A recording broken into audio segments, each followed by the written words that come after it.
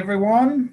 I teach law, particularly corporate and commercial law, so I'm by no means an expert on social ontology, but I also believe, as a human being interested in what makes me and the world around me, say, authentic and thus real, that I have to carefully explain that world to me. I have to know and understand, for example, the road humanity has traveled in order to arrive at the complexities, delusionalities, and inequities of, for example, modern corporate governance, a subject I regularly teach and write about.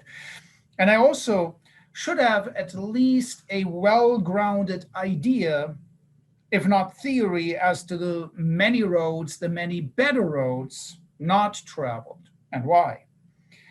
So this here is the first part of a much larger research and writing project that started with my attempts to bring modern social ontology research, particularly Tony Lawson's theory on social positioning and social emergence, together with modern vulnerability research, particularly Martha Feynman's paradigm of universal, embodied, and embedded vulnerability, in order to explain what law is and how law works within our overall social reality. So let me start with basics. Humans are sentient and rational mortal beings with limited travel time in a sea of uncertainty. We all die, and we all know that we will all die. Yet, we also know that until we die, we can never know when we will die. And then, perhaps most disconcertingly, we always know that we may die at any moment. So in sum, we all know at all times that we can always die at any time. Non-survival is a certainty. Only the time and conditions of its occurrence are, of course, not. Now, rational awareness and omnipresent experience of Nietzschean uncertainty as regards all possible future events of non-survival force humans to appreciate, if only reluctantly, that all life comes with inescapable, constant, universal, and embodied vulnerability. Humans, therefore, also share a common, universal, and existential interest in continued welfare, namely longevity, survival, and prosperity, thrival. We all derive identical primary utility and welfare from self-preservation, particularly the continued absence of serious harm and, of course, death. A continuing absence of harm and death, a state of existential resilience, however, is not only uninterruptedly uncertain during everyone's lifetime. Existential resilience also has to be perpetually produced by a social defense structure, a social resilience system in the face of virtually infinite possible threats to primary human welfare. As all other human-made structures, a social resilience structure has to be built. The human building of anything, whether material or social, requires collectivity, cooperation, and convention.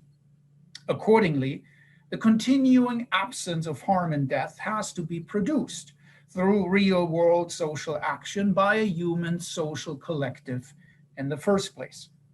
Human self-preservation is thus an individual impossibility, therefore also, of course, a misnomer. Human survival and thrival becomes a possibility only because of the constant endowments of labor, care, and intimacy produced and granted at little to no cost to the individual by a cooperating social collective. Humans know at all times that they would swiftly die without the persistent, gratuitous, and coordinated support from other humans, past, present, and even future ones. We know, yet rarely acknowledge, quoting Blanche Dubois at the tragic ending of Tennessee Williams' A Streetcar Named Desire, that whoever they are, we have always depended on the kindness of strangers. Therefore, the collective, cooperative production of welfare for survival and thrival among interdependent humans also has to be socially organized. As a result, All continuation of human existence and flourishing is but an artifact of the material and social realities of human interaction, cooperation, and welfare production. No human is born by herself, lives by herself, or even dies by herself. She only enters, spends, and exits life. In other words, she's always cocooned or nested within a social world that only exists because of a pre-existing human-made social supraorganism, a global social suprastructure that incessantly orders through social practices and controls through social rules, including legal rules, the production of long-term human welfare via other regarding pro-social labor, care, and intimacy, and the distribution of the welfare products, our social goods, so produced. So every human society has a social order to maintain for the cooperatively produced continued absence of harm and death. Thus, every human society has a comprehensive code of social ways, practices, and norms, rules to maintain for social order to continue. This comprehensive social code of practices and rules, developed, consolidated, and institutionalized at a minimum, to quote Oliver Williamson, on the order of centuries or millennia, regularizes via non-legal social practices, producing social order, and regulates via non-legal as well as legal social rules, producing social coercion and control, the human interaction and cooperation that produces the primary welfare of human self-preservation. Human interaction, cooperation, and welfare production is both spatialized and temporalized. It is the result of social events.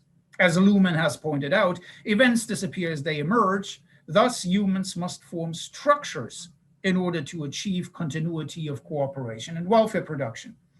The social code, therefore, not only orders and controls present-day human cooperative behavior, it provides a perpetual, that is, an intergenerationally autopoietic and morphogenic norming structure, a universal architecture of the cooperative works of social resilience. This organizing structure, as Lawson calls it, has evolved and continues to evolve gradually and empirically. It is the result of the cooperative experiences of hundreds, sometimes thousands of generations of hominid ancestors, as these experiences have incrementally accreted and solidified into a consistent, though continually metamorphic, therefore also always dynamic system of collectivist memories, beliefs, and attitudes of social organization. The regulatory content and wisdom of this organizational system still has to be individually learned and applied, thus collectively reproduced, and where deemed necessary, marginally adapted and incrementally transformed by us humans today. In other words, the foundational social code architecture undergirding all human life and welfare is not hereditary in a biological sense, or in a biogenetic sense even. Rather, in the same manner as young children have to learn to talk and converse in their native tongue, does the vocabulary, the social institutions, and grammar, the social rules of the human social code architecture have to be acquired anew, that is, reincarnated in their literal sense of re-entering the flesh and made current by each generation of humans.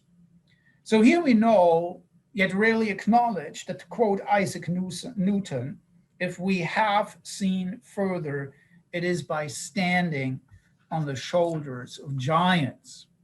From a social sciences perspective, the comprehensive sociogenetic program of the universal human social architecture and the resultant continuous supraorganic emergence of the human social world also allows for then three immediate and perhaps somewhat radical conclusions.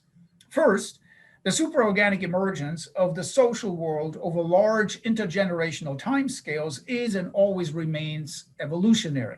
Put differently, there is never an end of history, a final saturation and crystallization point of durable Pareto efficiency in any kind of human social organization and regulation. Second, the foundational social code architecture undergirding all human life and welfare, that is, the organizing social substance produced by supraorganic emergence and reproduction, is still subject to genealogic arrangement, but it is hereditary only in a sociogenetic sense. Supraorganic emergence and reproduction result from collectivist human nature, not innate individual human nature. I said human nurture first, and then I said human nature second. I hope so. That's what I meant. And third, to paraphrase Charles Darwin, if somewhat awkwardly, if we extend the use of this sociogenetic element of descent, i.e., not common parentage together with modification through natural selection in a biogenetic sense, but supraorganic lineage with constant, yet always incremental and marginal present generation modification of the social suprastructure through social, that is intergenerationally collectivist selection in a sociogenetic sense, thereby allowing us to establish known causes of similarity in humans as social beings, as well as in their organization of social reality over large time scales. Shall we understand what is meant by the social system? So, if we accept, for sake of this discussion, that the origin of social reality is we, not I, the question, of course, becomes, what do we actually mean by we as a part of social reality? Well, here I posit that we can and should distinguish three categories or realms of we-ness: proto-social, meta-social, and proximate social we reality, or what I call we substratum, we entity, and we aggregate. Proto-social reality, the first realm, is limited to the non-human material organization of the material non-artifacts of the natural world, the proto-matter of the social world. This includes the natural material world in which humans are permanently embedded, and which provides us, free of charge, with our daily survival needs: oxygen, water, sunlight, nutrients, etc. Proto-social reality is also constituted by the material non-artifacts of the human social world, namely humans as materially embodied selves who have the capacity to embed themselves and simultaneously embed others in the tangible material aspects of human labor, care, and intimacy. Humans, as material beings, are therefore the social proto-entities of social organization. As biological organisms, we of course form the material substrate of social reality. Now, within this proto-social realm of we reality, no sociogenetic social organization yet occurs. Nothing here is formed socially. And any given plurality of humans would only be an agglomeration, a socially non-recognized, non-distinct mass and random assemblage of identical, non-differentiated human objects who are only materially available as resources for welfare production. Thus, within this proto-social we substratum, humans would remain socially unpositioned and socially non-entitized. They cannot become participants in or members of anything social yet. For example, the social institution of a family. As of yet, humans would only have chance encounters with each other that would neither constitute human interaction nor any other increment of social experience. In other words, In this abstract realm, there is no we yet. Only its material substrate exists and awaits social organization. Now, what organizes in terms of supraorganic emergence of social reality, the proto-social realm of human social reality, is the second realm, meta-social reality, the social organization of social organization. In meta-social reality, everything is formed socially. Humans, as biological proto-social organisms, suddenly become recognized as functional sociological organisms in conjunction and correlation with other such organisms, as parents, children, siblings, lovers, neighbors, colleagues, citizens, soldiers, friends and enemies, students and teachers, doctors and patients, thieves and victims, principals and agents, and the list can go on to near infinity. Any given plurality of humans, a family, a couple, a neighborhood, a company, a state, an army, is now a distinct entity, a socially organized, abstractly positioned, deontically fused, and thus amalgamated community. Within this community, its human members or participants, qua becoming participants, are now functionally collectivized as a family and assigned individual social positions in Lawson's terminology, or deontic statuses in Searle's nomenclature, for example, as parents, children, or siblings. Thus, within this metasocial realm of we entity, individual humans are now recognized, but only as participants and members of an already preconceived and socially embodied plurality of collective cooperation.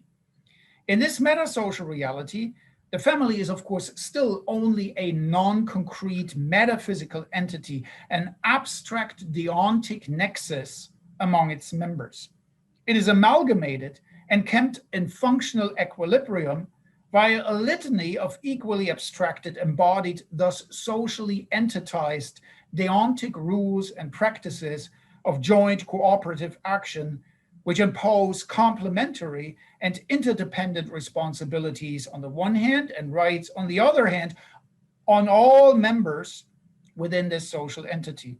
Accordingly, there is still no tangible we and actual human family in existence yet. But now, as the raw social proto-matter of social proto-social we reality and the sociogenetic social programming of metasocial we reality have both come into place in this kind of a synchronic model, are living humans finally equipped with the means to collectively and reliably produce human welfare and tangible social reality in a socially organized, proximate causal world. This is finally the realm of proximate social we reality. Here, collectively and individually, humans concretely and embeddedly interact, not relationally vis-a-vis each other, but immediately institutionally. For example, as one particular family.